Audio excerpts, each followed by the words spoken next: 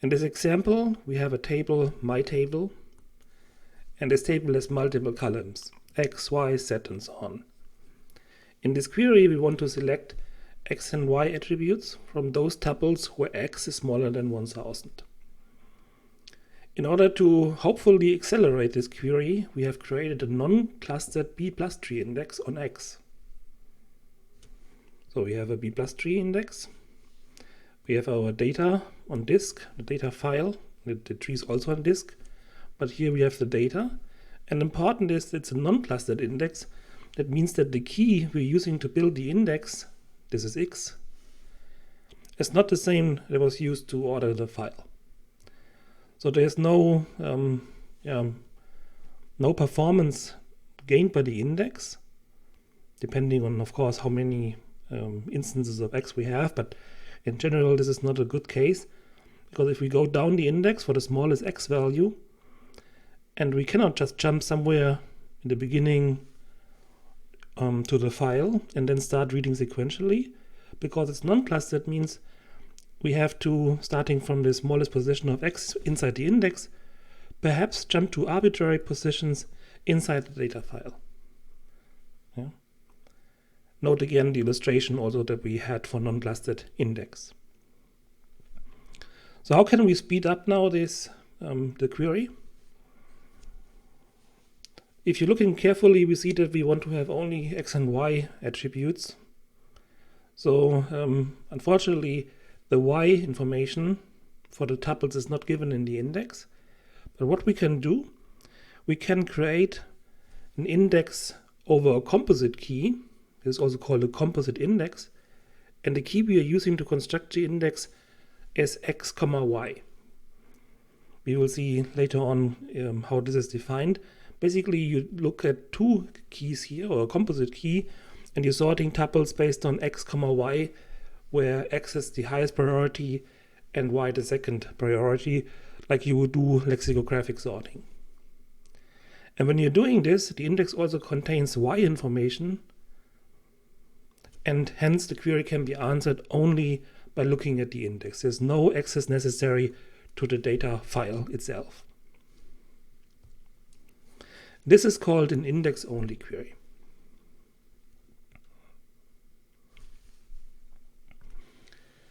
So if we have now an index, let's say it's a secondary index, or it's a clustered index, or a primary index, we can describe them by the following two properties, one or the other: dense or sparse. If you have a dense index, that means that every single data record in the data file has one corresponding index entry. If you have a sparse index, this means that the index entries exist only for a subset of the keys, not for all. In such cases, the pointers from the index leaf nodes, in case of the B+tree, they point to the beginning of a page in the data file, or directly to the first record with this key. This requires, of course, the ordering by key in the data file as well as the index. The primary index we often talk about is one example of a sparse index. We will have an illustration for this on the next slide. So this means, to illustrate, we have an index, and then we have here a data file, and there are of course multiple records stored in multiple pages. And dense and sparse just refers to if there is pointers for every of these entries here. For instance, like this one has one, this one has one, and this one, and this one, and so on. Or this is dense, as you have seen in my nice illustration, so it was full of these pointers. Or is it dense in the sense of having one pointer here, and then one pointer here, and one pointer here? So there are multiple data entries, like this one, this one, this one, this one, this one, and this one, and so on. They exist in the data file, but there's no corresponding pointer pointing to them directly from here, the leaf level of the index. So if in this example written here, we consider a secondary index, or a secondary index on an attribute that has one distinct value for each tuple. And the question is this index sparse or is it dense according to the above definition? So let's consider what this means. We have a secondary index. Secondary index means that the index key is not what was used to sort the data file. So it's not corresponding, the sorting order is not corresponding. That means if you have some tuples here again, this tuple order is not the same as the order here in the leaf level of the tree. And how do we now find these tuples in the data file? Well, we have to put pointers. So if you have now here, let's say, keys 5, 6, 7, in the case of a index where the sorting order is the same, we could just point to the 5, and the rest here we can just read, so there's no pointer needed. This would mean this would be a sparse index, but now we cannot do it. We have to point to the 5, which might be here. We have to point to the 6, which might be here. We have to point to the 7, which might be here, and so on and so forth. Yeah? And again, the sorting order is not the same for the index and the file, because we talk about a secondary index. That's the definition of a secondary index. Right? So for instance, we have here perhaps the student IDs used for the key in the index, but here we have the name of the students used to sort the data file. Right? So it's a secondary index. And to answer this question, and also given the illustration here, this is an example of a dense index. I mentioned when I talked about books suitable for this lecture that there are many books, many particularly English books, which are very huge, and they capture pretty much every aspect of database systems. And I also mentioned, I guess, that some books are good for certain parts of the course or certain topics. I mean, they're all decent and good, but some books are for certain aspects outstanding. And in this case of the sparse and dense and index classification, I particularly found the book by El Masri and Nawate to be one of these outstanding books on this special topic. So if you want to read more or you want to get more information, you might want to consult this book.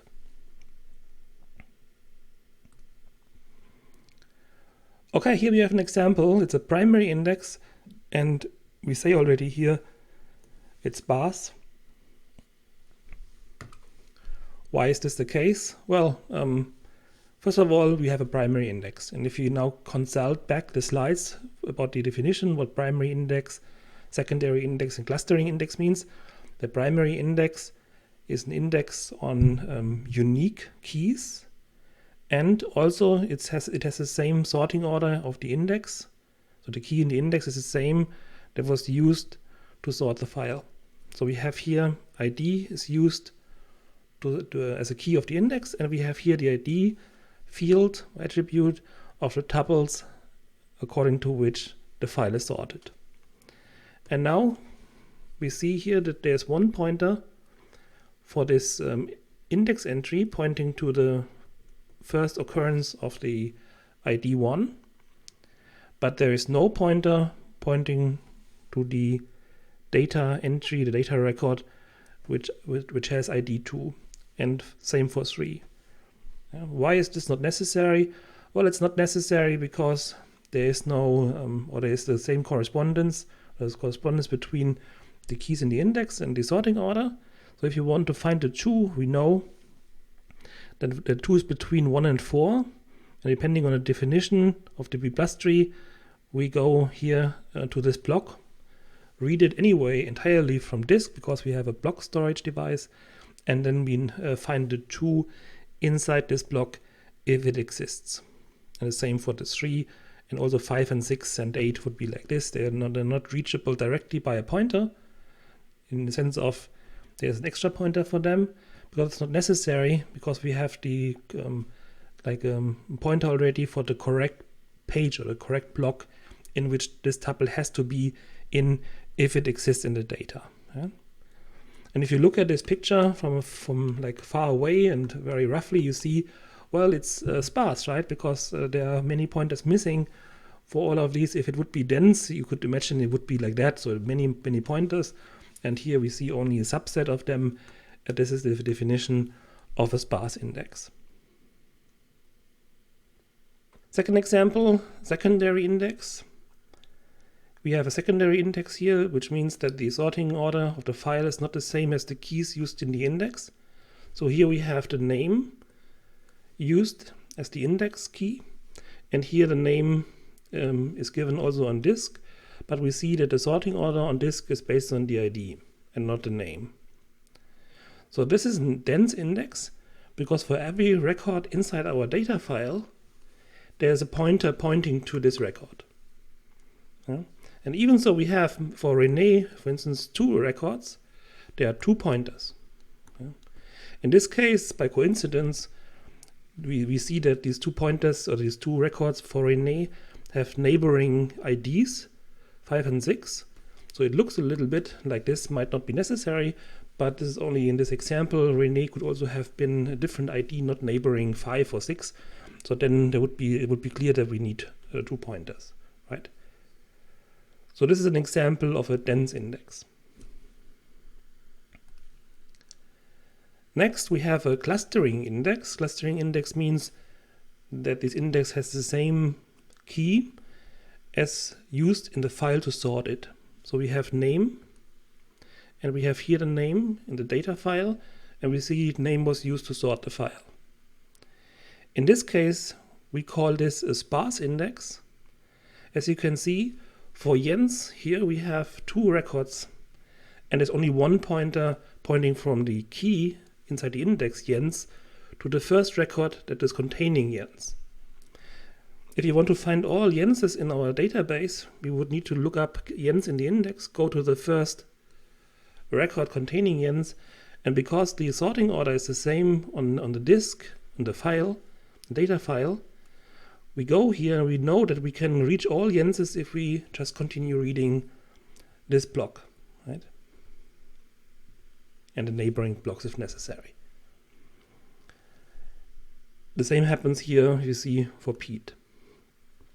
So following our definition of dense and sparse, it's clear this is a sparse index because not all of the data records have their own pointers in the index.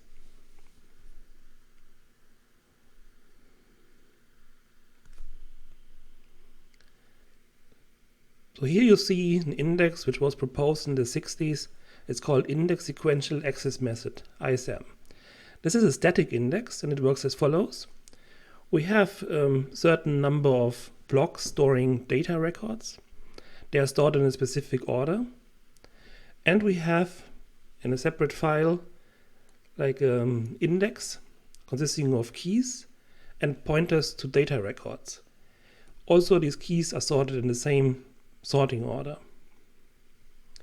Now it's clear how we use this index because we can do binary search over the index file, and once we found the key we're looking for, we can use the pointer and go to the data page inside the data file and start reading. The problem with this is, as it tells already here, it's a static index, so it's not very well suited for insertion and deletions. Additionally, binary search is also not what you should do if you're working with external storage. In particular, block storage devices like we have in disks in database systems. So if you're looking at this illustration, so there is one index layer and one data layer. So it's a simple 2-layer index, or only 1 layer and 1 layer of data. So why does this look familiar to you? Well, what's happening if we have another layer here? And we let this layer point to multiple layers on the second level. And we have here again multiple multiple entries, multiple data entries. And we have another layer. Yeah, and another layer and so on. Basically, this means in this case we have a tree. And this is the next natural extension of this either method to have a multi-layer index. And not surprisingly, we will talk about B+ trees mainly because they are well suited for database access. But in general, you could also say, why don't we use binary search trees? You know them from introductory courses to computer science. They seem to work well. Binary search tree means we have like a node, inner node or the root node, and then it depends on the definition. If you're searching for something which is smaller than 6, we're going here. And if it's larger than 6, we go here. And depending on definition, 6 is either smaller than 6 or so it's on the left or the right side. And of course, we have multiple hierarchies. So this is like a binary search tree. Now, binary search is not good because if you have a huge file, you're doing log of the size of the blocks to the base of 2 accesses, an expectation. And that's not good because base of 2 is not sufficient to limit the number of disk accesses to a reasonable amount. As you have seen in the undergraduate course, a B+ tree is much better suitable because it brings down the space of the logarithm based on these constants and the size of the blocks on disk. So the binary search tree is not flat enough, it's too high. This is also called fan out, the number of children a certain node has. And the more children a node has, the less high the tree is. So the flatter the tree is, and the wider the tree is. So if you have a tree which is like a super flat, so only 3 levels, then of course it's clear that the number of disk accesses we have to do in order to retrieve a key is 1 for the root, and here for the second level, and then finally we find the leaf level. So there's 3 accesses every time we're reading an entire block. So we have 3 times 10 millisecond cost. And if you're comparing this to a binary search tree, for instance, which is let's say 20 high, we have 20 times 10 milliseconds, which is of course much lower. That's why B+ trees or B trees are preferred over binary trees for such access patterns. So this is a brief recap of a B+ tree. You should all know this from the beginner's course. If not, you should read it up in the book or in some slides of the beginner's course. The difference between a B+ tree and a B tree is simply that the B+ tree stores data only in the leaves, and there's no data stored inside the inner nodes of the tree. Right? So this is like the inner nodes, and then below we have the leaf nodes. This has several advantages. One is that the tree gets even flatter, because if there's no data inside the tree, inside the inner nodes can store more pointers, so the fan out will increase. Hence the tree is flatter. So we have here pointers and reference keys. Here you see the differentiation between reference keys and keys used in the real data, because it's also interesting, the keys in the inner node of the B+ tree, they don't have to be really keys that exist in the data. They could be arbitrarily chosen according to several constraints, of course, but they don't have to be exactly the same as a set of keys in the data. There's also like a big difference to the B tree, as you probably remember. The leaf nodes are sequentially linked, so if you're going down to one leaf node and you want to do a range query, then you can continue reading the leaf nodes without every time going down from the root to the leaves. So the B+ tree is well suited for range queries. Yeah, some more details. Of course, a B+ tree node has the size of a disk block. Yeah, so we want to benefit, or we want to fully harness the size of the block that we're reading anyway from disk. every node is filled to at least 50%. This comes from the definition of the B+ tree. It has a relatively low number of levels, so it's pretty flat. This comes from the fact that we have, of course, these blocks. The block sizes as for inner node storage, so the fan out is very high.